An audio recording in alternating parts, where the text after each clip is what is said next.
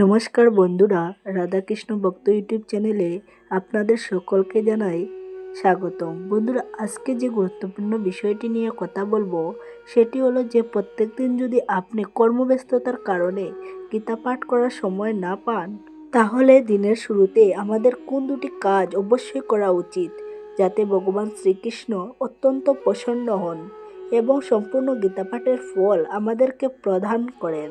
যদি আপনি চেয়েও কর্মব্যস্ততার কারণে গীতা পাঠের সময় না পান, তাহলে এই দুটো জিনিস অবশ্যই সবসময় মাথায় রাখবেন। কারণ শাস্ত্রে উল্লেখিত এই দুটো কথা স্মরণ করে যদি আপনি আপনার দিনের শুরু করেন, তাহলে ভগবানের কৃপায় আপনার সম্পূর্ণ দিন অত্যন্ত ভালো কাটবে এবং আপনার সমস্ত দুঃখ কষ্ট সমস্যা ও অমঙ্গলের নাশ হবেই হবে।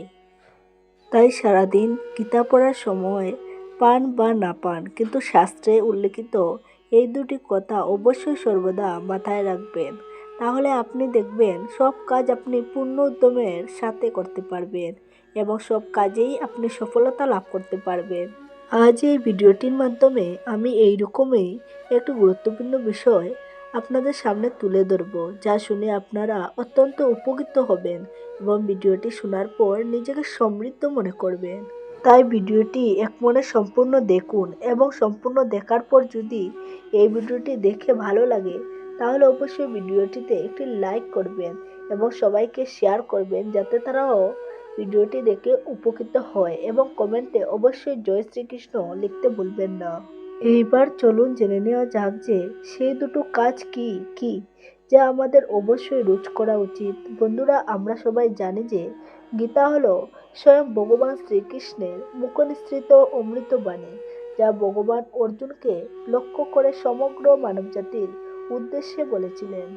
গীতা মাহাত্ম্যতে ভগবান শ্রীকৃষ্ণ নিজে বলেন যে যারা এই গীতা নিয়মিতভাবে পাঠ করবে তাদের ইহকাল এবং পরকালের সকল দায়িত্ব স্বয়ং ভগবান শ্রীকৃষ্ণ নেবেন এবং তার জীবনে অপার সুখ শান্তি বিরাজ করবে।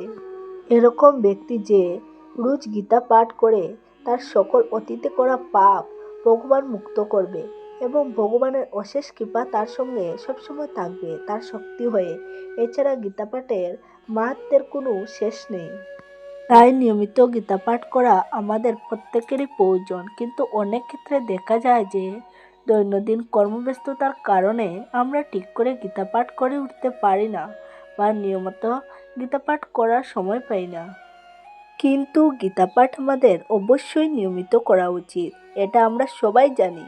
তবুও যদি কর্মব্যস্ততার কারণে একটুও সময় না পাওয়া যায় গীতা পাঠ করার, তাহলে শাস্ত্রে উল্লেখ করা হয়েছে যে কোন দুটো কাজ আমাদের অবশ্যই করা উচিত যাতে সম্পূর্ণ গীতা পাঠের ফল আমরা লাভ করতে পারি। এবং এই দুটো জিনিস অবশ্যই সর্বদা মাথায় রাখা উচিত এবং প্রত্যেক দিন ঘুম থেকে উঠে এই কথাগুলো মনে করে নিজের দিন শুরু করা উচিত। এতে সমগ্র দিন অত্যন্ত ভালো কাটবে এবং সর্বকাজ সম্পূর্ণ হবে। প্রথম যে জিনিসটি আপনাকে অবশ্যই করতে হবে সেটি হলো রোজ আপনি গীতা পাঠ করুন বা না করুন, কিন্তু একটি ছোট্ট গীতা আপনার সাথে সর্বদা রাখুন এবং এটি অবশ্যই আপনার কাছে থাকা উচিত।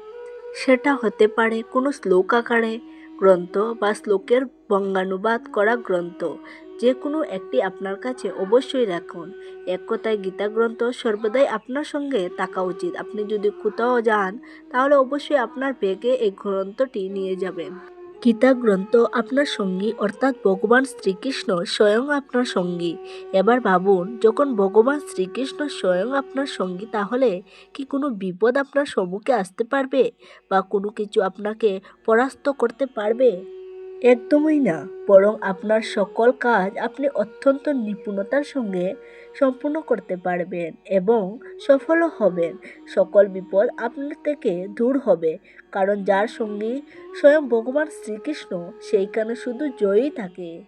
তাই যে কোনো পুস্তকালয় থেকে একটি ছোট্ট গীতা আজকে কিনে নিয়ে আপনার সঙ্গে সবসময়ের জন্য রেখে দিন এবং সকালে ঘুম থেকে ওঠার পরে সবার প্রথমে এই ছোট্ট গীতা গ্রন্থটি প্রণাম করে তারপরে দিনের যে কোনো কাজ আপনি শুরু করুন এবং প্রণাম করার সময় এই মন্ত্রটি 3 বার বলবেন। হং নমো ভগবতে বাসুদেবায় নমো। বন্ধুরা, বিষয়টি সামান্য হলেও এর প্রভাব কিন্তু সুদূর প্রসারী। আপনি যদি আজ থেকে এই কাজটি করতে পারেন তাহলে আপনি আজ থেকে এর প্রভাব বুঝতে পারবেন।